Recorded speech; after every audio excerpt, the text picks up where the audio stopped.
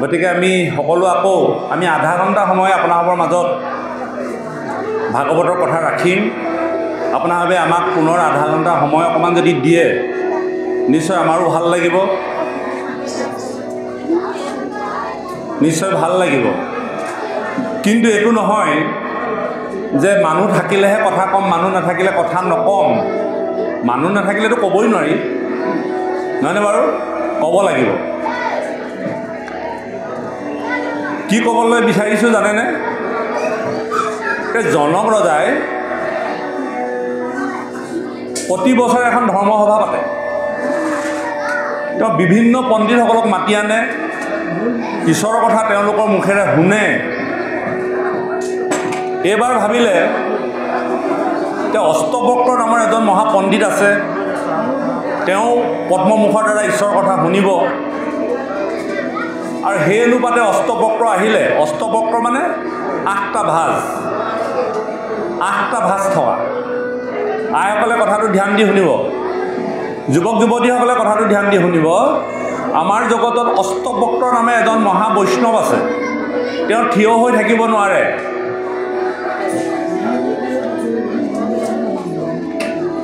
আঠটা ভাঁজ, অৰ্থাৎ তেওঁ পিতৃয়ে যেতিয়া ঈশ্বৰ সেৱা কৰিছিল, ঈশ্বৰ সেৱা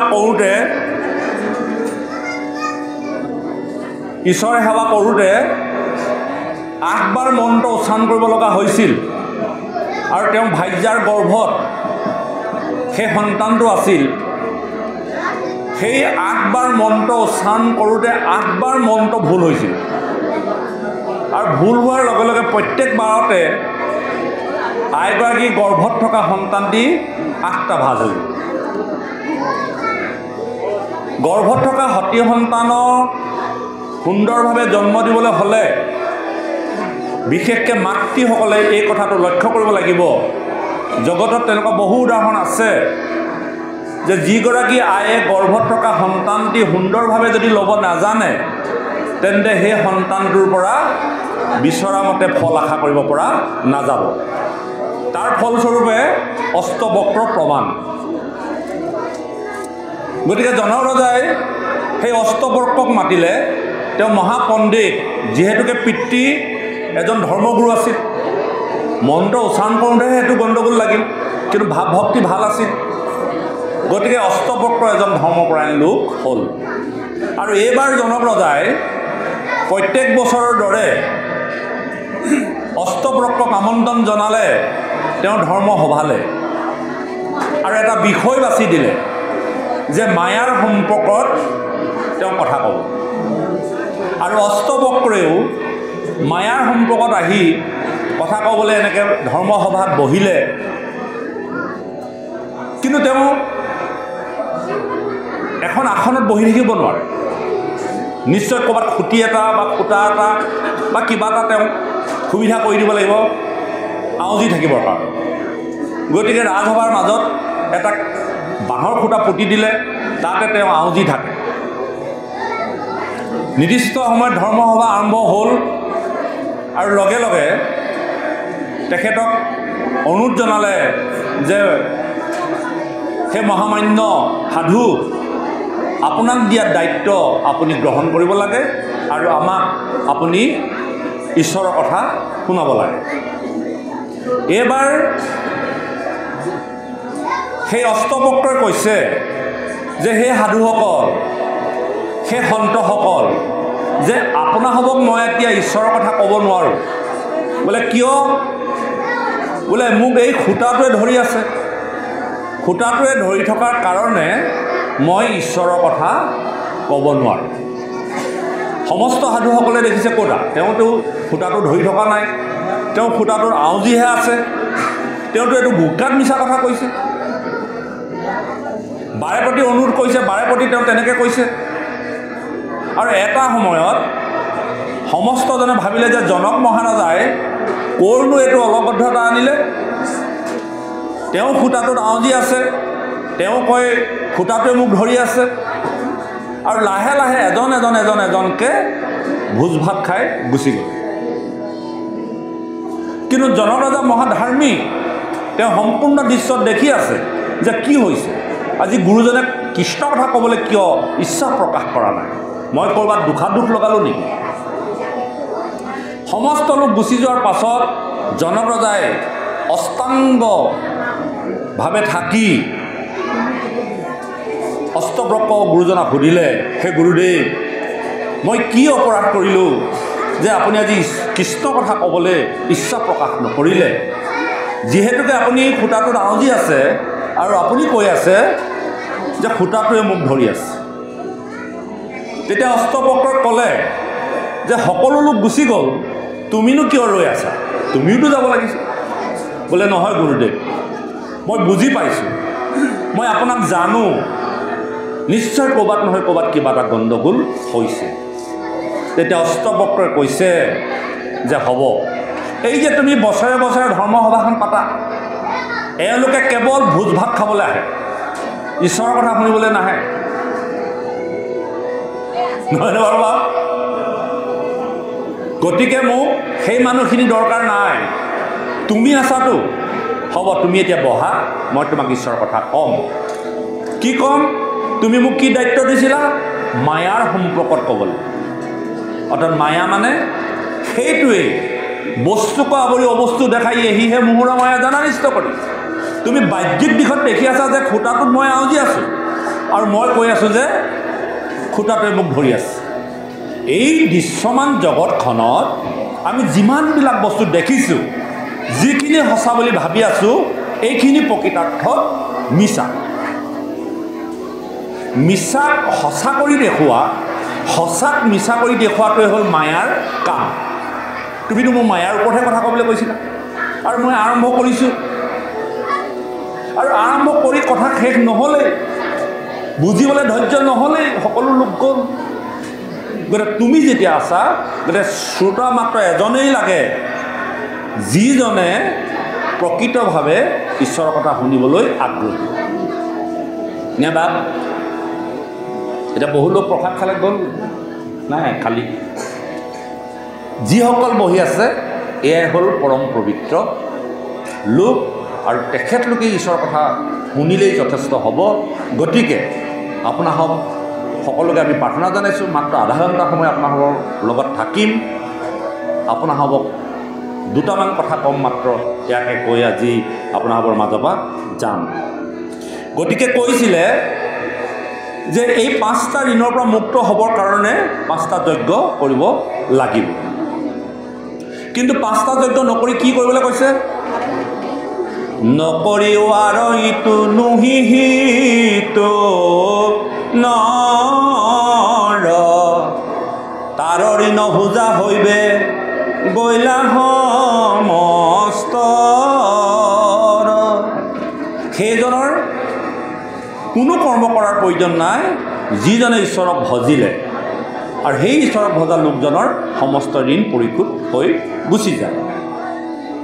আৰু সেই লোকসকলে আজি কি কৰিছে?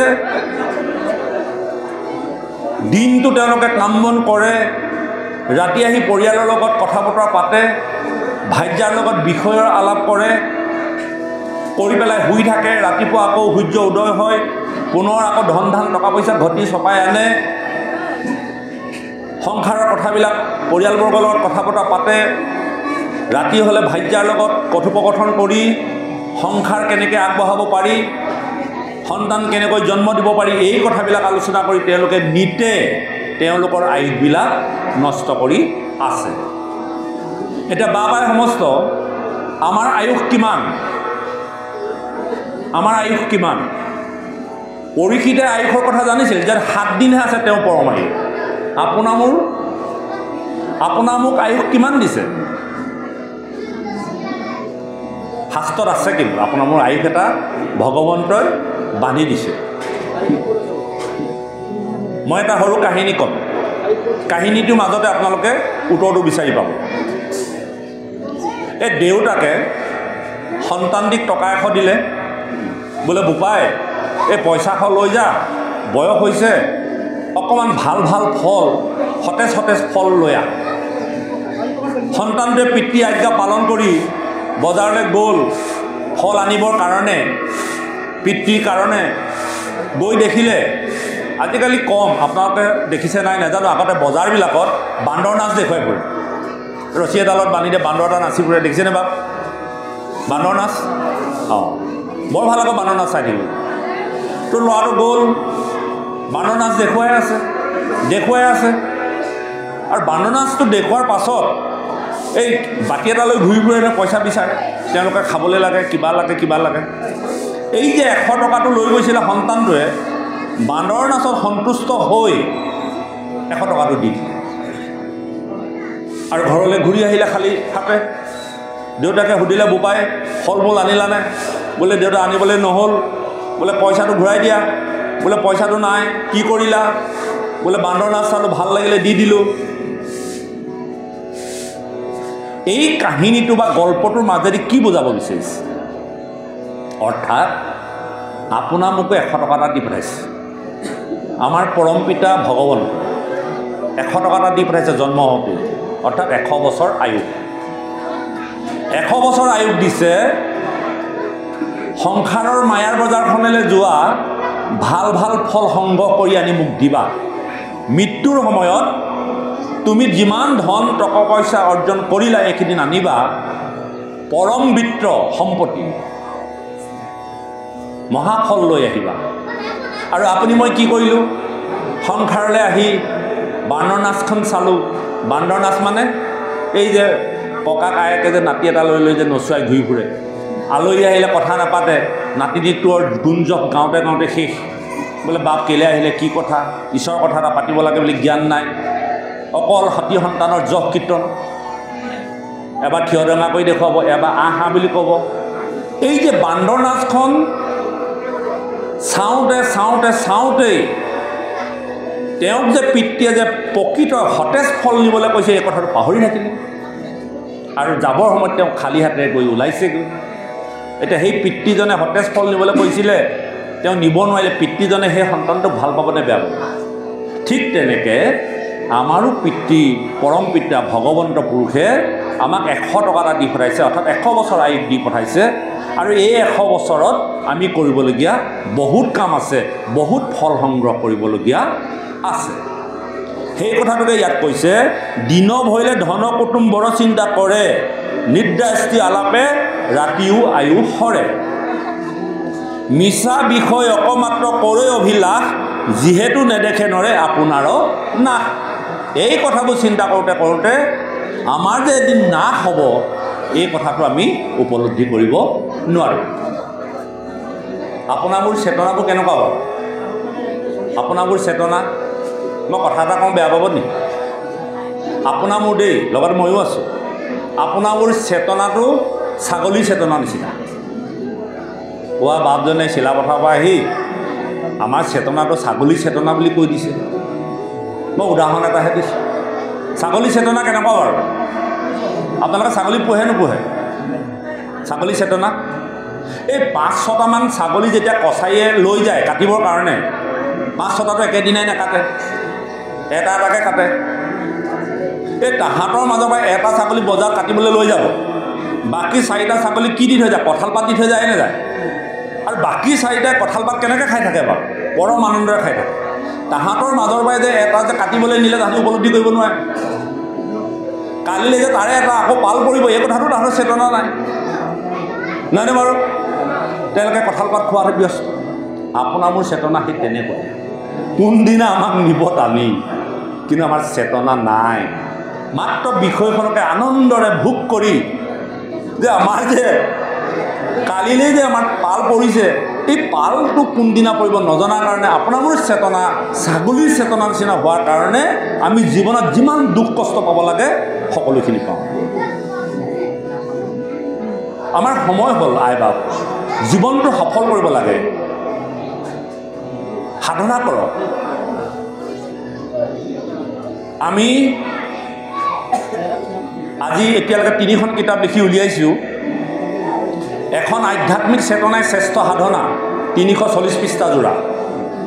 আমাৰ উদ্দেশ্য আছিল, মোৰ ল'ৰাটো বিয়া বাৰু হোৱা নাই, বিয়া পাতিব লাগে, যে বোৱাৰীজনীক মই যিখিনি কথা ক'ব লাগে বিবাহৰ আগে আগে,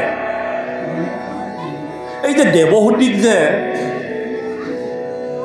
মাতৃ হতৰূপা পিতৃ স্বয়ম্ভৱমনুৱে যে কদমঋষিক বিয়া দিবলৈ আহিছিলে, আশ্ৰমত বিয়া দিলে, যাবৰ সময়ত দেৱহূতিক কাণে কাণে কথা এটা কৈ গৈছিল। আপোনালোকে শুনিছিলে নেকি? আপোনালোকেতো ছোৱালী বিয়া দিয়ে, উলিয়াই দিয়া সময়ত মাকে ছোৱালীক কিবা এটা কয় নকয়? কয় নে নকয় বাৰু? জীৱনৰ কথা পাতিছোঁ, কিবা এটা কয়নে আয়েকে মাকে? কি বুলি কয় বাৰু? কিন্তু হতৰূপাই দেৱহূতিক কৈছিল কাণে কাণে এটা কথা, যৌতুকত সেইটো দিব আপোনালোকে। পালেং কিমান কি কাঠৰ বনাই দিছে, কাঁহী বাতি কেইযোৰ দিছে, আলমিৰা কেইটা দিলে, এইবোৰে আপোনাৰ ছোৱালীজনী ভৱিষ্যত নিৰূপণ নকৰে।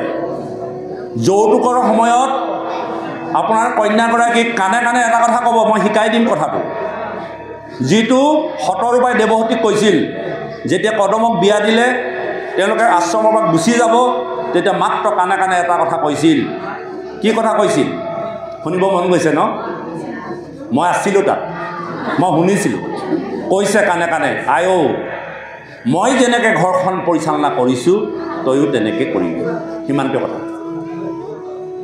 এতিয়া আপোনালোকে ক'ব পাৰিব নহয়, আপোনালোকে যেনেকৈ ঘৰখন পৰিচালনা কৰিছে তেনেকৈ যদি আপোনাৰ ছোৱালীজনীক কৰিবলৈ কয়, সেইখন ছোৱালী সোনকালে ঘৰলৈ ঘূৰি আহি পৰিব। কাৰণ আপুনিতো সন্ধিয়া হ'লেতো ঘৰত নোসোমায়। কথা এটা কৈছোঁ দেই, আপোনালোক বুলি কোৱা নাই, একচাম নহয়নে বাৰু? স্বামীৰ কথাটো নেমানুহে। স্বামীয়ে কাঁহী বাতি ধুব লাগিব, ভাত পানী বনাব লাগিব, বিপদত বনোৱাটো বেলেগ কথা। কেনেকৈ স্বামীক আমি কাম বন কৰোৱাই বস কৰি ৰাখিব পাৰোঁ, যদি ছোৱালীজনীক কওঁ তয়ো তোৰ স্বামীক তেনেকৈ কৰিবি। মই যেনেকৈ দিন ৰাত মোবাইল লৈ ঘূৰি ফুৰোঁ তয়ো ঘূৰি ফুৰিবি, পাৰিবনে? ক'ব পাৰিব। সেইগৰাকী আয়ে, যিগৰাকী আয়ে নিজৰ পৰিয়ালত বৈষ্ণৱ পৰিয়াললৈ ৰূপান্তৰিত কৰিছে, সেই আইগৰাকীয়ে কিন্তু তেওঁ কন্যাক ক'ব পাৰিব, বুকুত হাত থৈ ক'ব পাৰিব, আইঔ মই যেনেকৈ ঘৰখন পৰিচালনা কৰিছোঁ তয়ো তেনেকেই কৰিবি। সিমানটোৱে ক'ব লাগে। তাৰমানে কন্যাগৰাকীয়ে মাকৰ আদৰ্শ প্ৰত্যেক দিনেই দেখি থাকে। তেওঁ ৰাতিপুৱা কিমান টাইমত শুই উঠিছে, তেওঁ ঘৰ দুৱাৰ মুচিছে নে নাই মচা, গুৰু গৃহ চাফা কৰিছে নে নাই কৰা, গুৰু ভকত আহিলে সেৱা সৎকাৰ কৰি দিয়ে নে নিদিয়ে, ৰন্ধন খালৰ সময়ত মোবাইলটো লৈ চিৰিয়েল চাই ভাত বনায় নে ইঘৰ সিঘৰ লগোৱা যোজোৱাবোৰ কৰি ফুৰে নে, এই গোটেই কথাটো আইগৰাকীয়ে কিন্তু দেখি থাকে। আৰু সেই আইগৰাকীক যাব সময়ত বোলে, আইঔ তই মই যেনেকৈ ঘৰখন চলাইছোঁ তয়ো তেনেকৈ চলাবি। হৈ গ'ল। সেইখন ঘৰ যদি সংস্কাৰী হয়, অতি সোনকালে বোপাই শহুৰৰ ঘৰ ছোৱালী জাগে যা। কথাটো নহয়নে বাৰু? কথাটো যদিও আইসকলক কৈছোঁ, আজি আপুনি আই, কাইলৈ বোৱাৰী, পৰহিলৈ আপুনিও শাহু, নহয়নে বাৰু কথাটো? আজি যিগৰাকী শাহু হৈছে সেইগৰাকী এদিন বোৱাৰী হৈ আছিলে, আৰু সেই বোৱাৰীগৰাকী এদিন কন্যা হৈ আছিলে, বা আজি যিগৰাকী কন্যা হৈ আছে কাইলৈ তেওঁ বোৱাৰী হ'ব, পৰহিলৈ তেওঁৱে আকৌ শাহু হ'ব।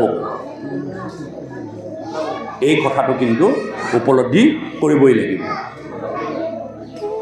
গতিকে আপোনাসৱক বিনম্ৰ অনুৰোধ, আমি পৰিয়ালটো সংস্কাৰ কৰিবই লাগিব। তাৰ কাৰণে যিমান পাৰে সাধনা কৰক, নহ'লে ভাগৱত শুনি একো লাভ নাই। সদায় খোৱা বোৱা, সদায় একেখিনিয়ে কথা, আৰু খন্তেক আমাৰ ধৈৰ্য নাই। আৰু সেই ধৈৰ্য নোহোৱা সেই লোকসকল গুচি গ'ল। জনক ৰজাক সেইকাৰণে মায়াৰ সম্পৰ্কত কথা কৈছে, নহয়নে বাৰু আই? গতিকে মিছা বিষয় অকমাত্ৰ কৰৈ অভিলাষ, যিহেতু নেদেখে নৰে আপোনাৰ নাশ, হেন জানি যাৰ ইচ্ছা মুখ্যক সৰ্বথা, পৰীক্ষিত তেৱে শুনি বেক কৃষ্ণ কথা। গতিকে সেই পৰীক্ষিত, মই তোমাক ক'লোঁ, মিছাকৈ আয়ুসবিলাক নষ্ট কৰি নাথাকিবা। গ্ৰাম্য কথা পাতি, বিষয়ৰ কথা পাতি, খন্তেক সময় আছে, ঈশ্বৰৰ কথা শুনি আমি ধন্য হ'ব লাগে। আমি সকলোৱে ধন্য হ'ব লাগে। ল'ৰা ধেমালি নহয়। গ'ল আৰু টাং টিঙালি কৰি থাকোঁতে কাইলৈ কৰিম, পৰহিলৈ কৰিম, হে কোনদিনা কালে লৈ যায়। আজি ইমান ধুনীয়া অনুষ্ঠানটোত, ইমান ধুনীয়া বতৰ, যদিও দুই এজাক বৰষুণ দিছে, বৰষুণটো দিবই, বতৰ আছে কাৰণে বৰষুণ দিব। বৰষুণ নহ'লেতো আমাৰ কাৰণে বিপদ। আপোনালোকে ভাগৱত পাতিছে বুলি বতৰটোৱে বৰষুণ এৰি দিব নোৱাৰে নহয়। তেওঁ নিত্য কৰ্ম কৰি থাকিব, প্ৰকৃতিৰ কৰ্ম প্ৰকৃতিৰভাৱে চলি থাকিব। গতিকে আমি কাম কৰিম।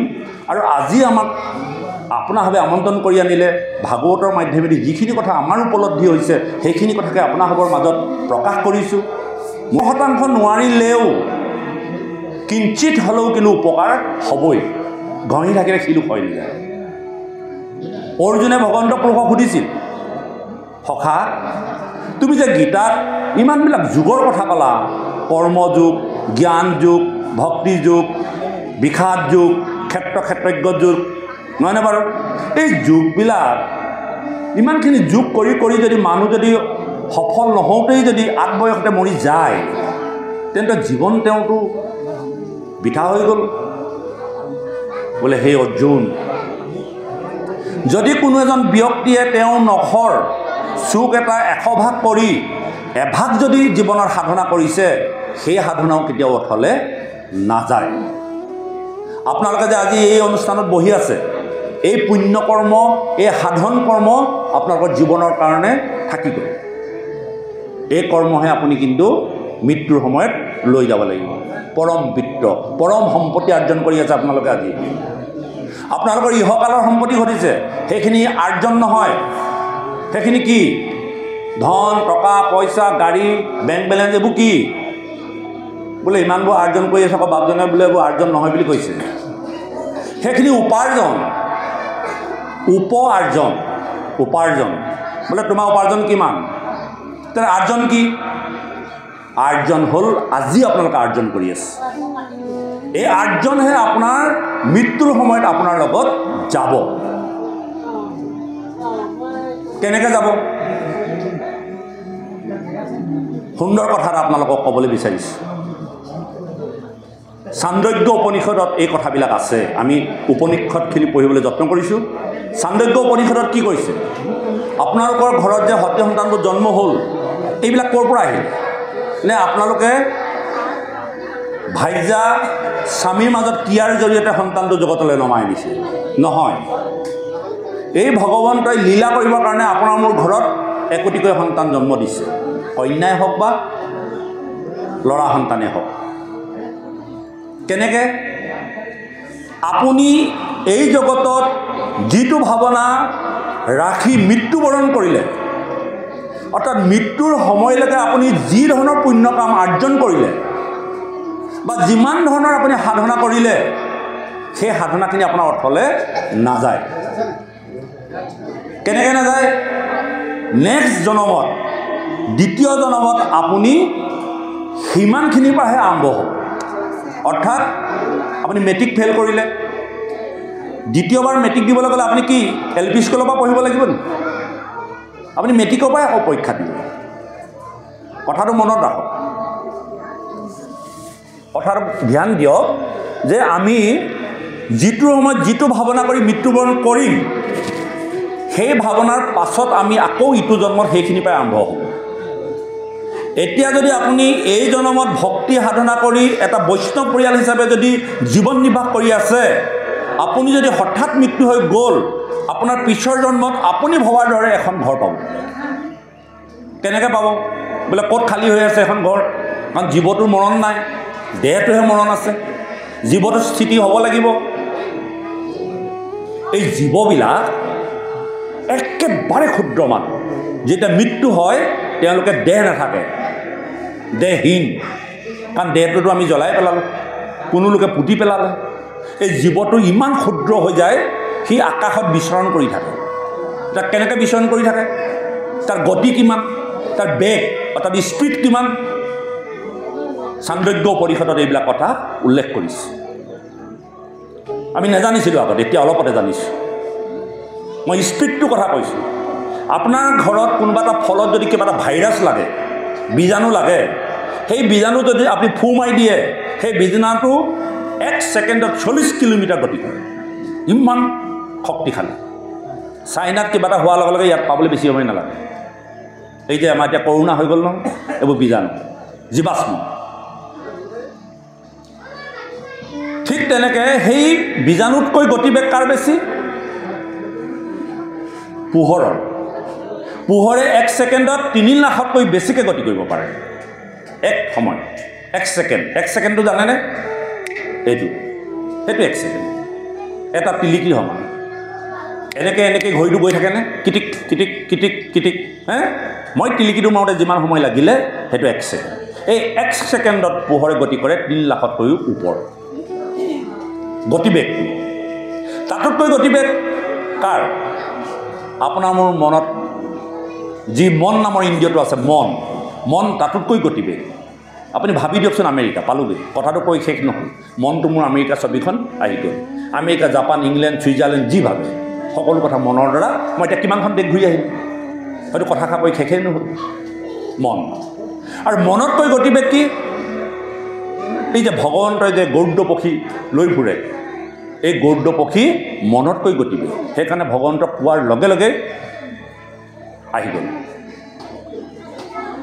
নহয়নে বাৰু পোৱাৰ লগে লগে আহি গ'ল আৰু সেই গৰুড পক্ষীতকৈও গতিবেগ কাৰ বেছি এই জীৱবিলাক আপুনি মই যেতিয়া জীৱ দেহ এৰি দিম তেতিয়া আকাশত ঘূৰি ফুৰে হয়তো 10 দিনতে ক'ৰবাত হয়তো পাই যাব পাৰে হয়তো এমাহ লাগিব পাৰে হয়তো এবছৰ লাগিব পাৰে কত হয়তো 1000 বছৰ লাগিব পাৰে কেলে লাগিব পাৰে জীৱটোৰ ভাৱনাৰ মতে যিটো ভাৱনা কৰি তেওঁ দেহ ত্যাগ কৰিছিল সেই ভাৱনাৰ মতে আকৌ এটা পৰিয়াল বিচাৰি আছে য'ত তেওঁ থিতাপি ল'ব তেওঁ গৈ যদি সেই ৰাস্তাত পৰি থকা অসৎ লোকৰ ঘৰত জন্মগ্ৰহণ কৰে ইমান দিনৰ সাধনাখিনি তেওঁৰ পৰা তেওঁ কেনেকৈ আগবঢ়াব গতিকে তেওঁ ঘূৰি থাকে তীব্ৰ বেগেৰে ঘূৰি থাকে আৰু সেই জীৱটোৱে জানে কোনটো পৰিয়ালত মোৰ ভাৱনাৰ লগত মিল আছে যেনেকৈ আপুনি বজাৰত বিচাৰি ফুৰিছে আপুনি বিচৰা বস্তুটো পোৱা নাই ইখন দোকানলৈ গৈছে সিখন দোকানলৈ গৈছে না এইখন দোকানতে আছে নহয়নে বাৰু আৰু তেনেকৈ হোৱাৰ লগে লগে সেই জীৱটোৱে তেনেকুৱা এটা পৰিয়াল বিচাৰি লয় আৰু যেতিয়া পৰিয়ালটো পাই যায় তেতিয়া জীৱটোৱে কি কৰে জানেনে ডাৱৰত প্ৰৱেশ কৰে পাই গ'ল আৰু বোলে আপোনাৰ মোৰ জীৱনলৈ নাই আমি সমাপ্তি কৰিলোঁ নহয় জীৱটোও জানে যি হ'ল উঠি অহা যুৱক যুৱতী তেওঁলোকৰ উদ্দেশ্যে কৈছোঁ সেই জীৱটো ডাৱৰত প্ৰৱেশ কৰিলে ডাৱৰৰ পৰা তেওঁ বৰষুণ হৈ তললৈ নামি আহিলে আৰু সেই বৰষুণৰ টোপালটো ক'ত পৰিব যিটো পৰিয়ালত তেওঁ আশা কৰিছে যিটো পৰিয়ালত তেওঁৰ মনৰ ভাৱনাৰ লগত মিল আছে সেই পৰিয়ালটোৰ ঘৰত পৰিব বাৰীত পৰিব আৰু সেই পানী ক'লৈ যাব মাটিৰ তললৈ যাব সেই বাৰীখনত থকা যিবোৰ ফল মূল শস্য সেই পানী খাব আৰু সেই জীৱটোৱে জানে আপোনাৰ ঘৰত থকা অমিতাটো আপোনাৰ ঘৰত থকা ৰঙালাওটো আপোনাৰ ঘৰত থকা জাতিলাওটো বা আপোনাৰ ঘৰত থকা শস্য ধান মাহ যি য'ত আৰু সেই জীৱটোৱে জানে যে মোৰ এই সন্তানটো বা পিতৃজনে এই ফলটোহে খাব আৰু সেই ফলটো গোটেইটোতে নাথাকে যিটো চিট পিতৃয়ে খাব সেই চিটটোত সেই ভাইৰাছটো সোমাই থাকে জীৱটো আৰু পিতৃয়ে খালে পিতৃয়ে খোৱাৰ লগে লগে তেজ হ'ল তেজৰ পৰা বীৰ্য হ'ল বীৰ্যৰ পৰা শুক্ৰ হ'ল আৰু শুক্ৰ গৈ তেওঁ মাতৃৰ গৰ্ভত স্থাপন কৰিলে আৰু মাতৃৰ গৰ্ভেদি মাতৃৰ ৰজত লগ লাগি সেই পৰিয়ালত জন্মগ্ৰহণ কৰে আমি যে কওঁ যে বাপজন এইখিনি হৈছে পূৰ্বজন্মৰ সাধনা আৰু কৰ্মৰ ফল পূৰ্বজন্মৰ সাধনাৰ জৰিয়তে তেনেকুৱা এটা পৰিয়াল তেওঁ বিচাৰি লয়